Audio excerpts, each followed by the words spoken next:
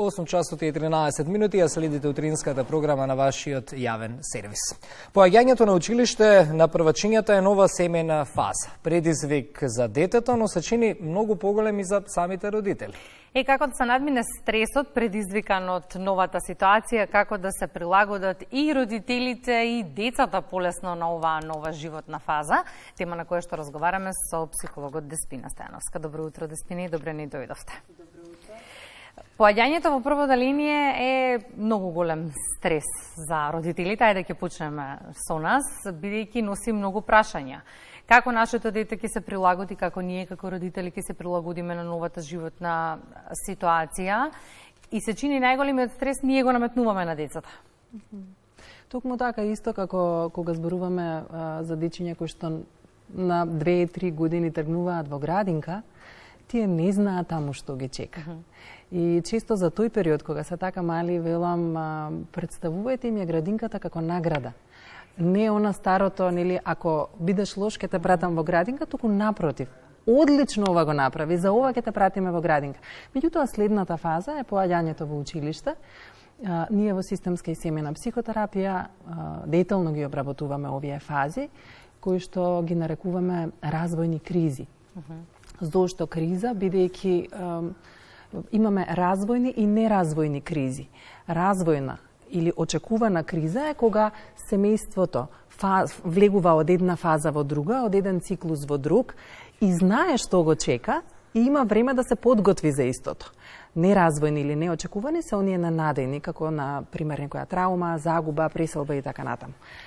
Поаѓањето во училиште е цел еден нов циклус за семејството, кој што, зошто криза? Затоа што веќе во следниот период и самите родители знаат дека ги очекуваат нови правила на однесување, нова организација на семејните задолженија, обврски, структурата на денот се менува и многу други фактори или ефекти кои што самата фаза ќе ги наметне, а на кои што семејството треба да се прилагоди.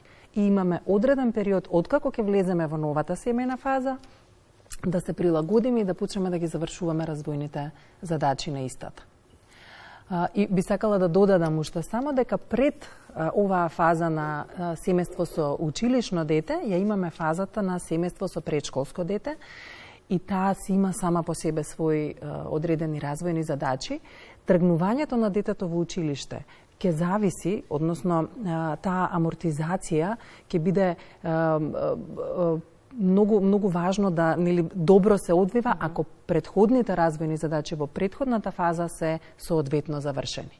Ако не се завршени, ако имаме се уште нешто што тлее, не онака семејството не нашло функционален начин како да се справува со некој од тие образци или задачи, веќе влегување во следната фаза ќе биде сериозен предизвик за сите членови.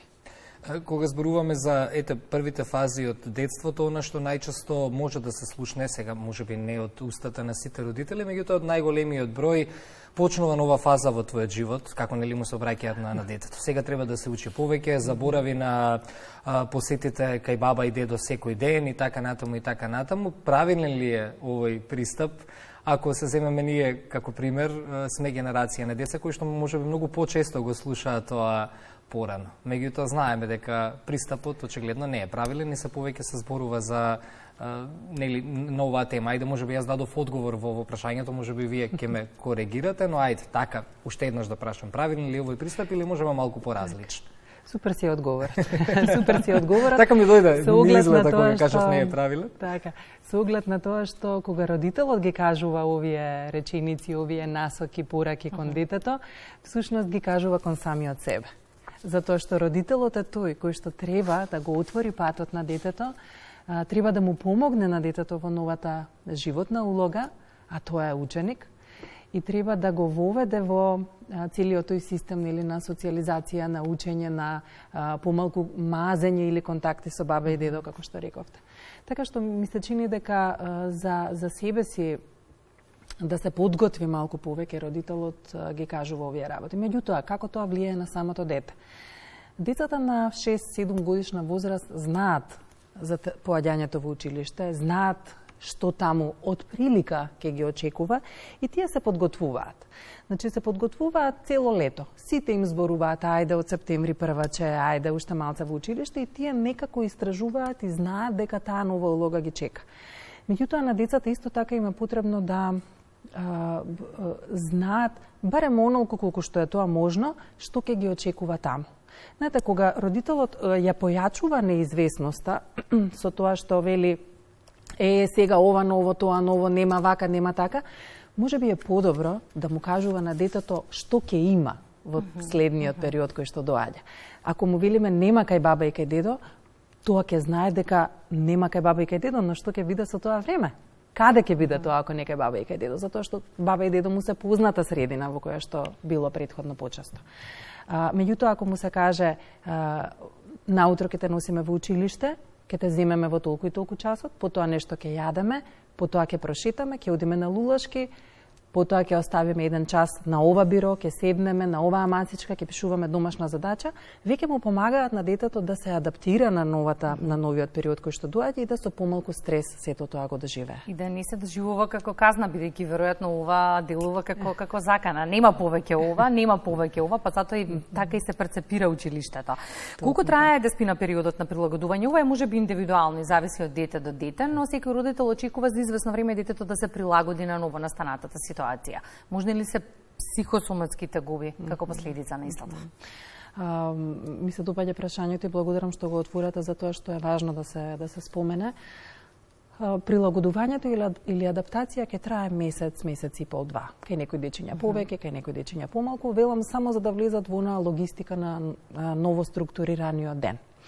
Меѓутоа, адаптирање во поглед на нови интеракции, социализација со соучениците, восприемање на моделот на наставничката и препознавање што таа бара, што се очекува од нив, за тоа ќе треба нормално малку подолг период. Во поглед на психосоцијалните симптоми, јас затоа и ги споменав претходно фазите, затоа што знам дека ова е голем предизвик за родителите, што ако моето дете има некаква тешкотија да се прилагоди на училиште. Ги спомна фазите затоа што пред училиште имаме фазата на семејство со предшколско дете и тие развојни задачи важно е тука да се заокружат, односно да се разрешат, да се надминат. Велиме криза затоа што новите барања од околината ќе бидат уште поголеми во следната фаза. Оние дечиња или уште по-прецизно кажано, оние семејства кои што не ги завршили или разрешиле тие развојни кризи од претходниот стадиум, најверојатно ќе произведат некаков симптом, ќе пројават симптом во училишниот период. И уште нешто, кај мене често се случува да донесат дечиња кои што имаат некаква тешкотија, дали имаат училишна фобија, ќе ја наречат, или се појавува некој тип на ноќно мокрење, се појавуваат некогаш и пелтечења. Зборувам за оние симптоми кои што се прилично загрижувачки во работата на психологот.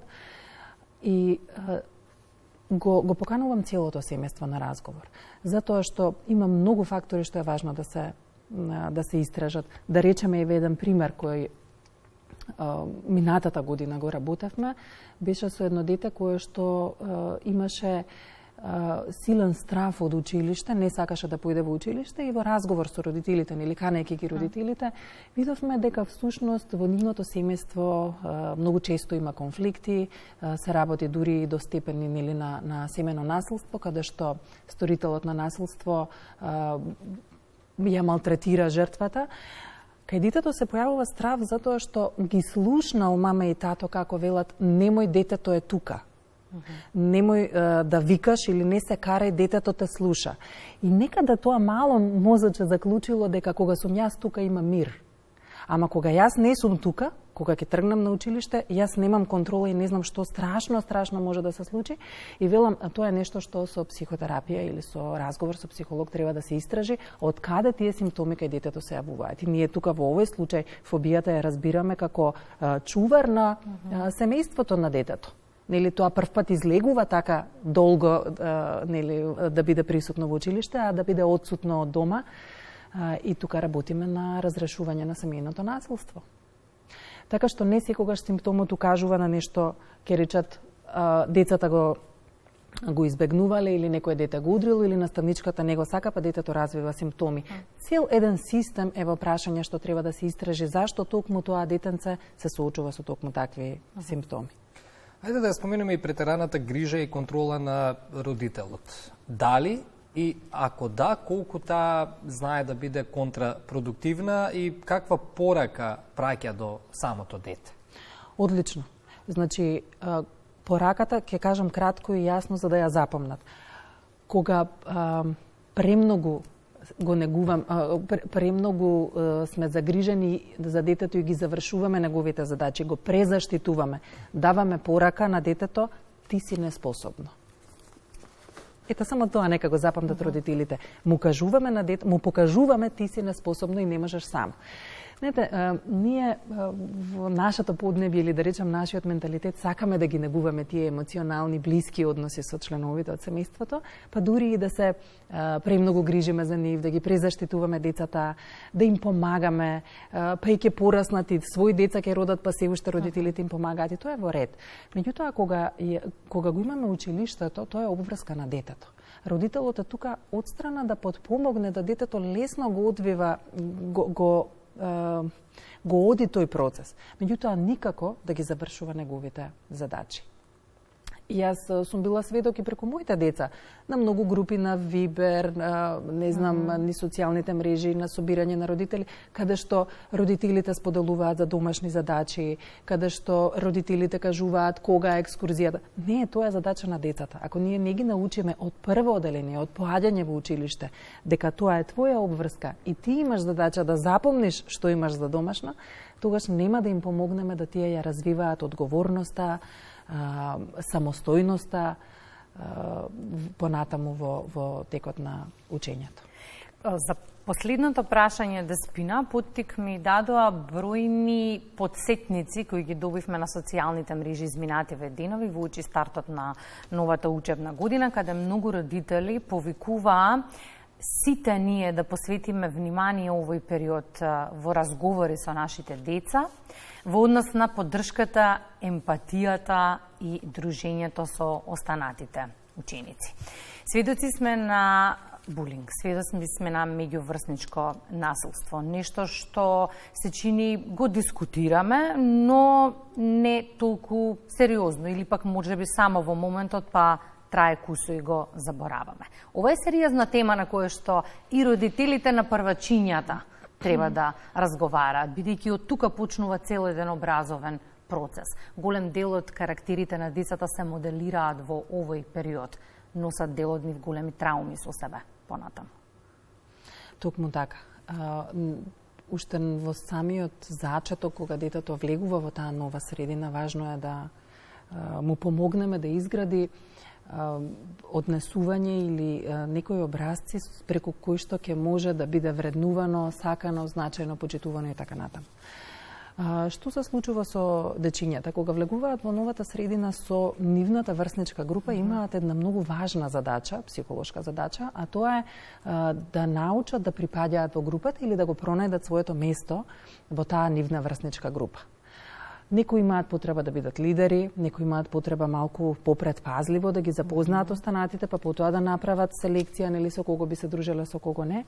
Меѓутоа, оние дечиња кои што имаат силна потреба да бидат на некој начин водичи или оние дечиња би рекла кои што се уплашени дека нема да се прилагодат во групата со останатите врсници, ќе одберат неповолно поведение, односно ќе одберат насилство преку кое што ќе се позиционираат себе си во таа група. А тоа е, ако знам дека не можам преку добро да се истакнам и да имам некое значајно место во оделението, тоа ќе го направам со сила.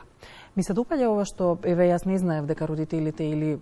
Избра апели имаше деновива. Да, дека апелираат за тоа да се посвети. Затоа што се додека ние зборуваме за булинг, зборуваме за насилство, за непосакувано однесување, како да останува тој збор некаде во ушите и само тоа го слушаме, а нашиот мозок не препознава негација, може би е многу посоодветно да ги зборуваме емпатија, соработка, дружелюбивост, помагање, алтруизам и така натаму, за да децата видат дека може да одберат однесување со кое што им ќе се позиционираат на некое високо место во групата, ќе имаат дури и лидерска можност нели да засебат.